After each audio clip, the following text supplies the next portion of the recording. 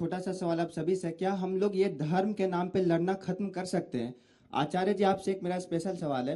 धर्म तो प्यार का संकेत होता है ना, फिर इसे लड़ाई का, लड़ने का और पॉलिटिक्स का मुद्दा क्यों बनाया जाता है? हमारा जो हम लोग जो युवा लोग हैं, क्या हम लोग ये उम्मीद कर सकते हैं कि हमारे पॉलिटिशियन लोग आकर के किसी विकास पर बात करें, या क्या हम ये उम्मीद कर सकते हैं? आपने मुझसे जो पूछा है मैं उसका जवाब दे देता हूं, छोटा सा, बहुत छोटा सा। तो आपने कहा धर्म, आपने कहा धर्म में विकास की बात हो सकती है, धर्म लड़ाई का चीज नहीं है। आपने धर्म की परिभाषा सुन ली, सत्य धारण करने की क्षमता। आप श्री कृष्ण को जानते हैं, श्री कृष्ण इनकारनेशन है। डिप्लोमेसी और पॉलिटिक्स श्री कृष्ण से पैदा हुई है। अगर आपको जानकारी नहीं है तो इस बात को समझ लीजिए महाभारत से। हेलो नमस्कार दोस्तों, कैसे आप? आशा करता हूं आप सभी लोग अच्छे होंगे। आज की डिबेट बहुत ही इंटरेस्टिंग होने वाली है। जातिवाद पर चुनाव लड़ने वाले लोगों को लेकर जब सतगुरु से सवाल पूछा गया तो सतगुरु जी ने किस तरीके से लोगों को जवाब दिया, आइए जानते हैं। डिबेट बहुत ही ज्यादा इंटरेस्टिंग होने वाली है, बने रहे हमारे साथ लास्ट तक। राजनीति वहीं से पैदा हुई है। राजनीति बुरी चीज नहीं है। प्रजा के ऊपर शासन करने की वह नीति जिससे प्रत्येक प्रजा के जीवन में आनंद, प्रेम और शांति आए, उसे राजनीति कहते हैं। राजनीति भी धर्म का एक अंग है। धर्म और राजनीति को चीनी और पानी की तरह, शरबत की तरह हो जाना चाहिए। इसको बिल्कुल अलग नहीं करना चाहिए। अगर ये दोनों एक रहेंगे तो जीवन में आनंद होगा, प्रेम होगा, शांति होगी, मस्ती होगी। आप धर्म की गलत व्याख्या कर रहे हैं, रिलीजन की व्याख्या कर रहे हैं। स्पिरिचुअलिटी का अर्थ होता है स्पिरिट, स्पिरिट का अर्थ होता है उत्साह। क्या इस जीवन में उत्साह की जरूरत नहीं है? ठीक है, ये तीनों हाथ उठा लें। मैं तो स्वामी जी की बात से सहमत हूं, लेकिन सबके सामने पूछ लो कितनी बार मैंने विकास का नाम लिया? कम से कम 4-5 बार लिया। बेरोजगारी, महंगाई पे चर्चा की। क्या भारतीय जनता पार्टी के किसी नेता ने, यहाँ पे खड़े प्रवक्ता ने, उनके सपोर्टर ने क्या विकास पे और बेरोजगारी, महंगाई पे बोला? नहीं बोलना है। ये सोचते हैं समाज के अंदर में धर्म की राजनीति को हम किसी तरह से दूसरे एंगल में कन्वर्ट कर दें। हम सामाजिक न्याय की बात कर रहे हैं, वो धर्म की बात कर रहे हैं। हमने कब रामचरितमानस के विरोध की बात की? हम तो सम्मान की बात कर रहे हैं। हम कह रहे हैं उसमें सम्मान की बात हो रही है, आप उसको ले जाके धर्म में कन्वर्ट कर दे रहे हो। हम धर्म की बात ही नहीं कर रहे हैं। ठीक है, अनिला जी। मेरे भोले भाले समाजवादी पार्टी के प्रवक्ता छोटे भाई, मैंने बताया कि मेरे भारत में विकास दर अभी क्या चल रही, मैंने बताया। नहीं सुनना चाहते, नहीं सुने, ये इनकी मर्जी है। मैं अभी सतीश जी को सुन रही थी और ये कह रहे थे भारत में जाति सच्चाई है। जी नहीं, भारत की सच्चाई वर्ण व्यवस्था। एक सेकंड, मैं आपके बीच में नहीं बोल रही। बता दीजिए विकास दर, भारत की सच्चाई, विकास दर बता दीजिए और बेरोजगारी दर भी बता दीजिए, महंगाई दर भी बता दीजिए। 8% से ऊपर बेरोजगारी दर है। कर लें डिस्कशन, अर्थव्यवस्था पे अगली बार आमंत्रित कर लीजिएगा। मेरे भारत की सच्चाई जाति व्यवस्था नहीं, वर्ण व्यवस्था है। परंतु ऐसे लोगों ने यहां पर जाति व्यवस्था को बहुत मजबूती से पाल कर रखा है, क्योंकि इनको डिवाइड एंड रूल की राजनीति करनी होती है। इन्हें बताना होता है। मायावती, सुश्री बहन मायावती जी जो हैं, अपने आप को दलित नेता बोलती हैं ना, जन्मदिन पे बड़े बड़े नोटों की माला पहनती हैं, बड़े बड़े डायमंड्स पहनती हैं, इतने बड़े बड़े हार पहन के सोने के, और फिर वो दलित की बेटी बनकर अपना जन्मदिन मनाती हैं। मुझे बता दीजिए वो कौन सा उदाहरण है? उसी प्रकार की बात मैं कहती हूं, अपने आप को समाजवादी पार्टी वाले लोहियावादी बताते हैं। जो श्री लोहिया जी ने कहा, क्या उस पर ये लोग एक कदम चलते हैं? दूसरी नहीं, मैं देखिए, ऐसा है कि बारंबार आप मेरे को टोक रहे। मेरा धर्म, सनातन धर्म जो है, किसी एक पुस्तक से नहीं चलता। सतीश जी, मैं बहुत इंपॉर्टेंट बात कर रही हूँ। सनातन धर्म किसी एक पुस्तक से नहीं चलता। वन बुक गवर्न नहीं है, चाहे वो इस्लाम हो, चाहे वो क्रिश्चियनिटी हो, ये लोग वन बुक गवर्न है। इसलिए हम फंडामेंटलिस्ट नहीं हैं। हिटलर फंडामेंटलिस्ट था। ज्यूज का क्या हुआ? जिनोसाइड हुआ। मुझे ये बता दीजिए, कश्मीर में हिंदुओं की क्या गलती थी? वहां उनका जिनोसाइड क्यों हुआ?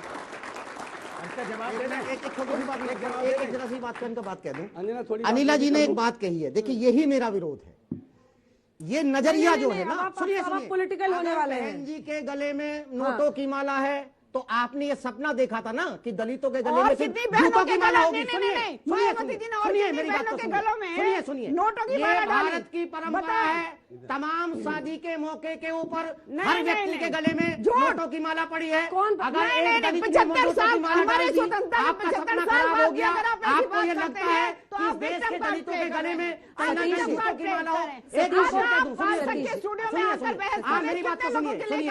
मैं साइंस का विद्यार्थी हूँ। एक छोटी सी बात कहना चाहता हूँ। सुनिए।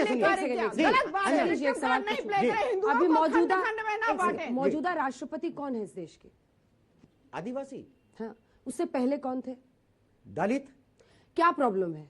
मतलब नोटों की माला, अगर भ्रष्टाचार का आरोप लगता है, नोटों की माला की बात होती है तो आप उसको दलित सशक्तिकरण की बात करते हैं। कुछ परिवार, एक सेकेंड, कुछ परिवार सत्ता को अपने पर्सनल जागीर बना ले, उसको आप सशक्तिकरण कहते हैं। देश के दलितों के पास सबसे ज्यादा धन है, तो हम भारत सरकार से आपके इसी चैनल के माध्यम से एक मांग करते हैं कि तमाम देश के जो दलित नहीं, तमाम देश के नेताओं की संपत्ति घोषित करो।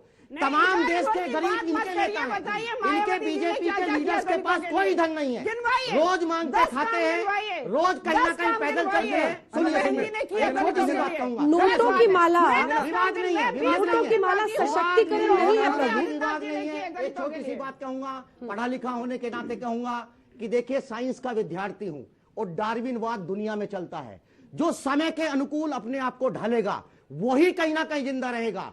धर्म में जितनी कठोरता रहेगी वो कहीं ना कहीं चीजों को खत्म करेगी। एक छोटी सी बात देखिए, सुनिए, हम जब पैदा हुए थे ना, तो हमको नहीं पता था कि क्यों पैदा हुए, और हमने जिन घरों के ऊपर, जिस दरवाजे से हमने कहीं ना कहीं अत्याचार था, उन्हीं दरवाजे के ऊपर जाकर के हमने काम मांगा, हमने अपने आप को जिंदा रखा। हम जिंदा रहे, आपके बीच में है। हमने शिक्षा ग्रहण करी, हमने संविधान को माना, हमने मानवता नहीं मानने दी, और हम एक ऐसे भारत का निर्माण चाहते हैं कि जहां सब लोगों को इक्वलिटी की बात हो। कोई भी अपर कास्ट हो, मुझे कोई दिक्कत नहीं है।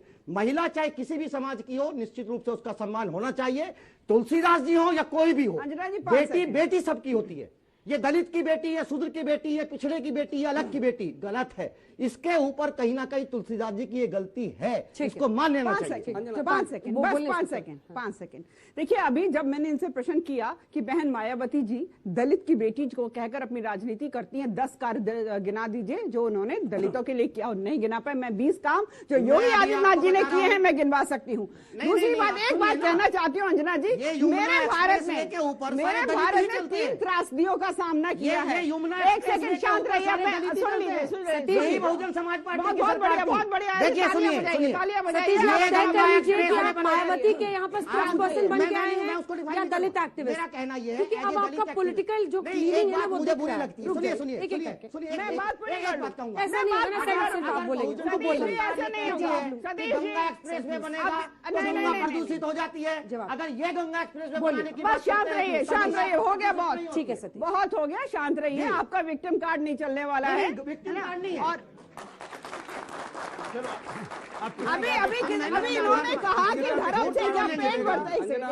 एक सेकंड, धर्म से क्या पेट भरता है? अभी सतीश जी ने ये बात कही और हमारे अनुराग भाई ने भी ये बात कही, धर्म से पेट नहीं भरता। ये कहता मुझे एक सेकंड में बहुत इंपॉर्टेंट, आप जब सनातन की बात आती है परेशान क्यों जाते हैं? सनातन की बात आती है परेशान हो गई, सनातन की बात आई है परेशान। मेरी बात पूरी कर ले भाई। सनातन पे आपका आक्रमण, महिलाओं पे आपका आक्रमण क्या हो रहा है?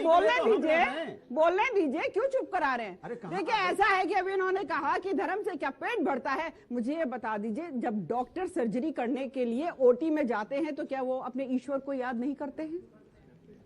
लेकिन जो लोग रॉकेट उड़ाने के लिए जब साइंटिस्ट जाते हैं तो क्या वो अपने ईश्वर को याद नहीं करते हैं? तो हम घर से निकलते हैं तो क्या हम अपने इष्ट को प्रणाम कर उनका आशीर्वाद लेकर नहीं निकलते हैं? और ये कहते हैं कि क्या धर्म से पेट नहीं, क्या पेट भरता है कि नहीं? ठीक है, तिवारी जी, एक मिनट जी, बहुत बोलिए यार जी, हमारी बात सुनो। देखो, अभी तक सतीश जी ने हमारी बात का उत्तर नहीं दिया। वास्तव में, एक मिनट, दलितों के उत्थान के लिए जो मैंने बात की थी, भारत में जब ये रिजर्वेशन दिया गया, रिजर्वेशन दलितों के उत्थान के लिए था, गरीबों के लिए नहीं था। गरीब तो ब्राह्मण भी है, गरीब तो ठाकुर भी है, गरीब तो बनिया भी है, और दलित सब गरीब है, लेकिन गरीबों के लिए नहीं दिया गया, दलितों के लिए दिया गया, ताकि वो जो पिछड़ गए हैं, असमानता हो गई है, विषमता है, उनको साथ लेकर साथ दौड़ा जाए। और हम कहते हैं वो आरक्षण 80% हिस्सा उसका धर्मांतरित अनुसूचित जाति के लोग ले रहे हैं, नहीं मिलना चाहिए, केवल अनुसूचित जाति के लोगों को मिलना चाहिए। इस पर अभी तक कोई भी विमर्श नहीं हुआ इनका। देखिए, अगर आपको ये लगता है कि आरक्षण उन लोगों को नहीं मिलना चाहिए, तो मैं आपको इस मंच के माध्यम से ये कहना चाहता हूं कि सरकार बाकायदा लोकसभा के अंदर आपकी सरकार है, लाइए इस मुद्दे को लेकर के, कहीं कोई दिक्कत आपका क्या मत है? आपका क्या मत है? 100% समझ गया जी, समझ गया, बिल्कुल समझ गया। वो कह रहे जिन्होंने धर्म बदल लिया है उनको ना मिले। आपकी इस पर क्या राय है? अंजना जी, मैंने मिलना चाहिए, एक बात कही ना, सिंपल बात, जिस धर्म की ये बात करना चाहते हैं उस धर्म के भारतीय मैं आशा करता हूँ आपको डिबेट पसंद आई होगी। ऐसे इंटरेस्टिंग और धमाकेदार डिबेट शो देखने के लिए हमारे चैनल को सब्सक्राइब करें, वीडियो को शेयर करें। मिलते हैं ऐसी एक और धमाकेदार डिबेट के साथ में।